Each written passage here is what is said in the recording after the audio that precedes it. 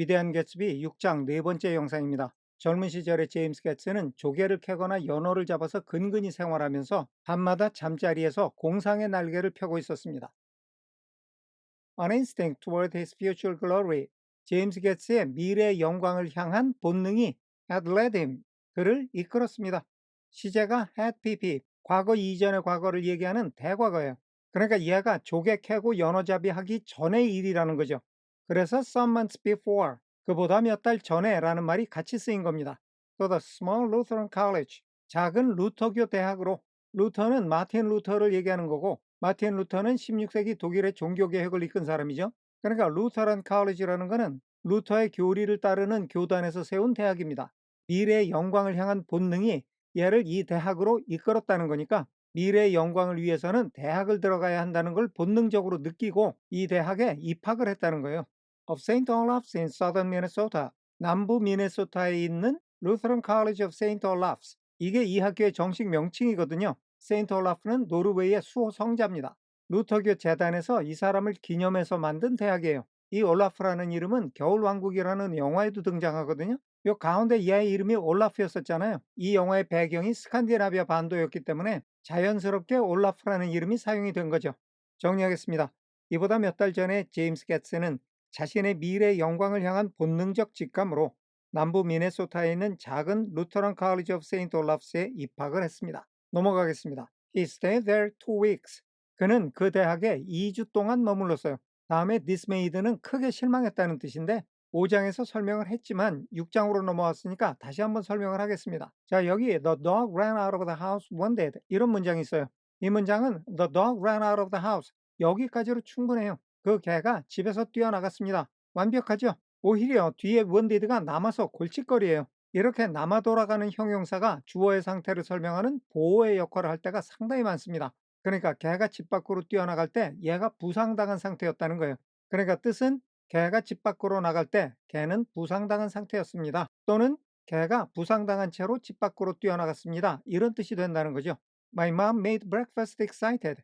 이 문장에서도 My mom made breakfast. 우리 엄마가 아침을 만들었어요 라는 말 다음에 남는 excited는 주어의 상태를 설명하는 보호의 역할을 하고 있는 겁니다. 그러니까 뜻은 우리 엄마가 아침을 만들 때 엄마는 신이 나 있었어요. 또는 엄마는 신이 나서 아침을 만들었습니다. 이런 뜻이 되는 거죠. 이와 마찬가지로 여기 dismayed라는 형용사적 성격을 띤 과거 분사는 주어인 he의 상태를 설명하는 보호의 역할을 하고 있어요. 얘가 2주 동안 그 대학에 머무를 때 크게 실망을 했다는 겁니다. At its ferocious indifference. 그 학교의 잔인한 무관심에 실망을 한 거예요. To the drums of his destiny. 자기 운명의 북소리에 대한 무관심. 그러면 여기 운명의 북소리라는 게 뭐냐? 예를 들어서 군대가 행진을 한다고 하면 뒤에서 군악대가 따라가면서 드럼을 막 쳐주잖아요. 그게 군인들의 사기를 높이고 앞으로 나갈 수 있는 힘을 주거든요. 그러니까 여기 제임스 게츠의 운명의 북소리라는 거는 얘가 자기 운명의 목표를 향해서 나아가고자 하는 의지를 얘기하는 겁니다. 그런 의지를 가지고 이 대학에 입학했는데 이 대학은 자신의 의지에 대해서 잔인할 정도로 무관심해요. 그래서 크게 실망을 했다는 겁니다. The destiny itself.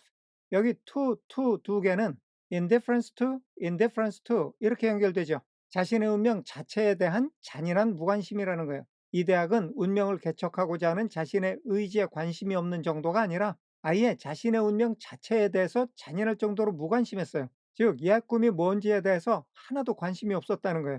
대학에 들어가면 내 영광스러운 미래가 열리겠구나 하고 굉장한 기대를 가지고 갔는데 막상 대학에 들어와 보니까 이 대학은 내 운명에는 전혀 관심이 없어. 그러니까 그 기대가 완전히 무너지고 크게 실망을 한 거죠.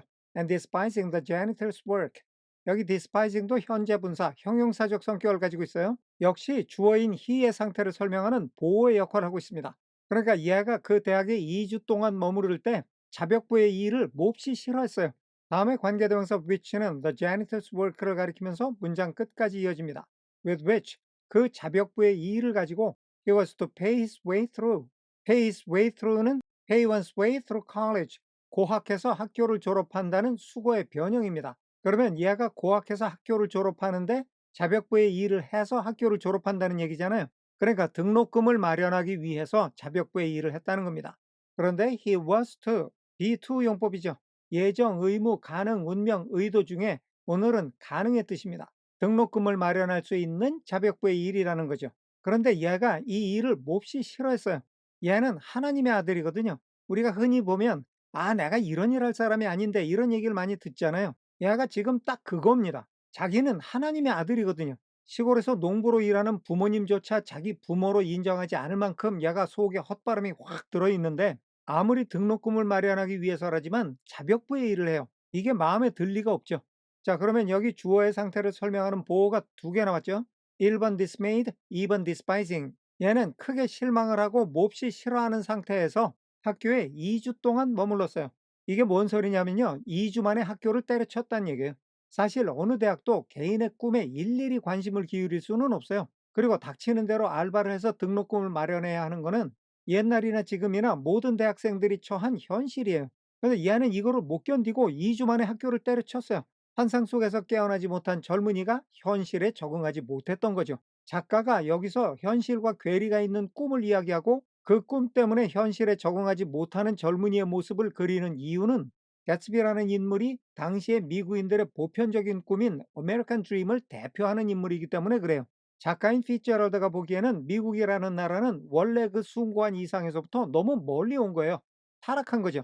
그 타락한 현실을 인정하지 못하고 계속해서 아메리칸 드림을 외치고 있는 미국인들에게 얘 좀 봐라 얼마나 황당하니 너네들도 아메리칸 드림이니 뭐니 다 개나 줘버리고 얼른 꿈에서 깨어나라 이런 얘기를 하고 있는 겁니다. 정리하겠습니다. 제임스 겟스는 그 대학에 고작 2주를 다녔는데 그는 자신의 운명의 북소리에 대해 아니 자신의 운명 자체에 대학이 잔인할 정도로 무관심하다는 데 크게 실망을 했고 학비를 벌기 위해 했던 자벽부의 일을 몹시 싫어했었습니다. 넘어가겠습니다. Then 그리고 나서 즉 학교를 때려치고 나서 he drifted back to Lake Superior. 그는 수피리어호로 표류하듯이 돌아갔습니다. And he was still searching for something to do. 그는 여전히 할 수 있는 무언가를 search for, 찾는 건데 was searching, 과거 진행형이죠. 찾고 있었습니다. On the day that 이하와 같은 날에 Dancody's yacht dropped anchor. 댄코디의 요트가 닻을 내려요. In the shallows along shore. 해안에서 물이 얕은 여울에 거기에 댄코디의 요트가 닻을 내리던 바로 그날도 제임스 겟스는 여전히 이 일자리를 찾고 있었다는 겁니다. 정리하겠습니다. 대학을 그만두고 나서 제임스 겟스는 수피리어호로 표류하듯이 다시 돌아가는데 댄코디의 요트가 해안에서 물이 얕은 여울에 닻을 내리던 바로 그날도 그는 여전히 무언가 할 일을 찾고 있었습니다. 오늘은 여기까지 하겠습니다. 끝까지 시청해 주셔서 감사합니다.